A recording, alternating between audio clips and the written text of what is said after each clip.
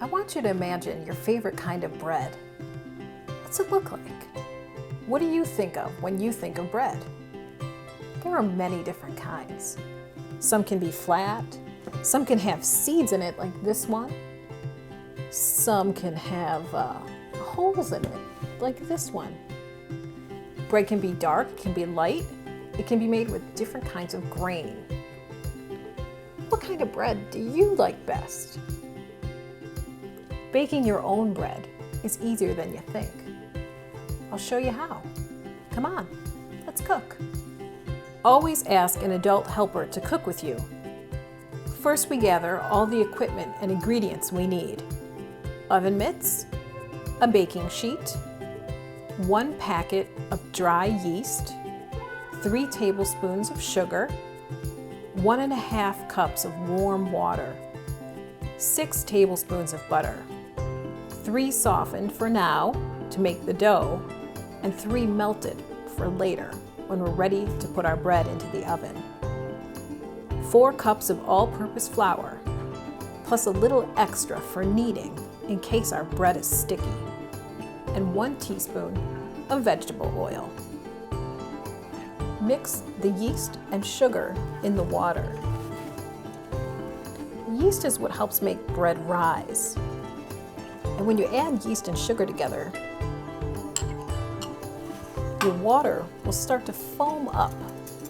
The yeast get pretty excited and they eat the sugar. And this is what makes bubbles in bread.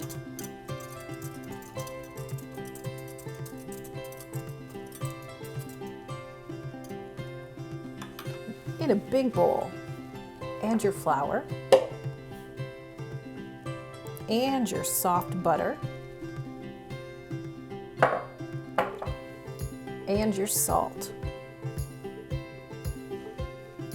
You can add your flour bit by bit if you like, or you can do it all at once. And mix this until you have a soft dough starting to form.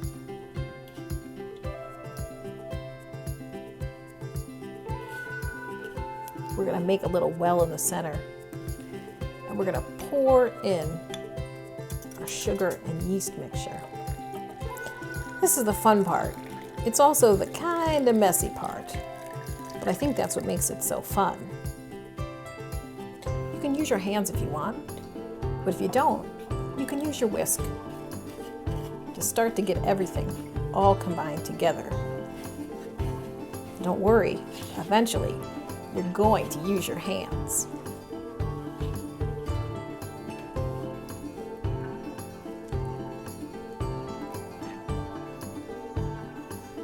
Your dough should start to look soft.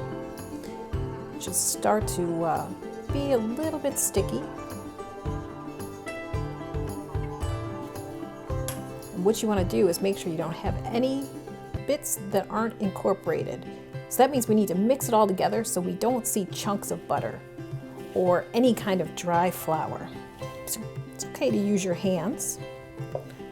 Start to fold it on top of each other. Our dry bits of flour on the bottom, we need to bring those up and get them moist. Pull this all together to make a dough.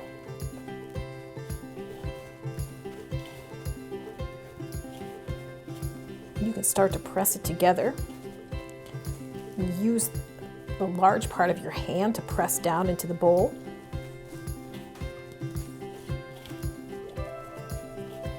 Kind of fold your dough together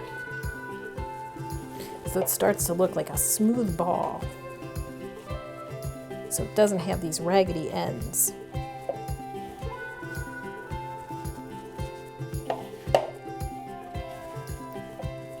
Here we go. This is more like what we want. We're going to keep kneading it. Your dough might be sticky. Keep kneading it. That's what makes it more elastic and less messy. And the more you work it like this, the better. This is called kneading. You're going to do this for 6 to 8 minutes. If you get tired, Work with a friend or your brother or sister. Take turns.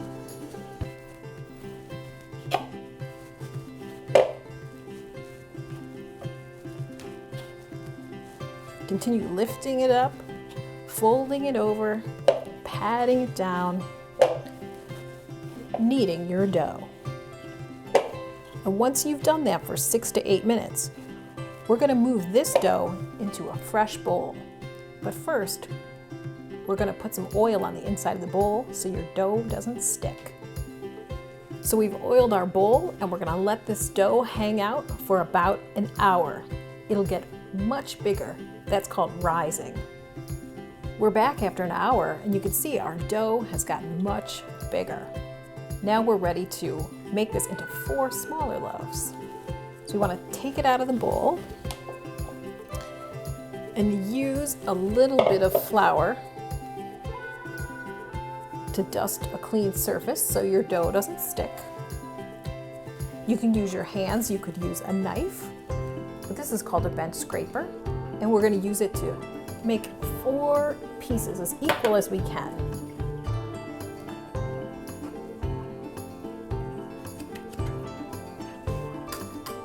And now we want to form these into little loaves. Here's our baking sheet. It has parchment paper on it that helps your bread not stick. I want my loaf to be round.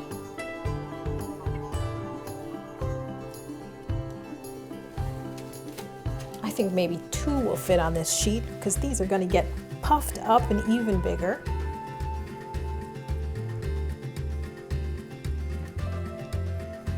And we're going to let these hang out for about 15 minutes. You can see our little loaves got bigger because they rose. Bakers call this step proofing. Now we need to do a few things before we put these in the oven. First is to cut small slits in the top. An adult can help with this part. This helps the steam escape as your bread bakes. We need to make sure that our oven is preheated. An adult should help with that step too. And here's a fun step for kids to do. Take melted butter and paint the loaves. This will make your bread shiny and pretty when it comes out of the oven. Want to do an experiment? Put melted butter on one and not the other. See which one looks better to you. All right, get all around. And these are going to go into the oven.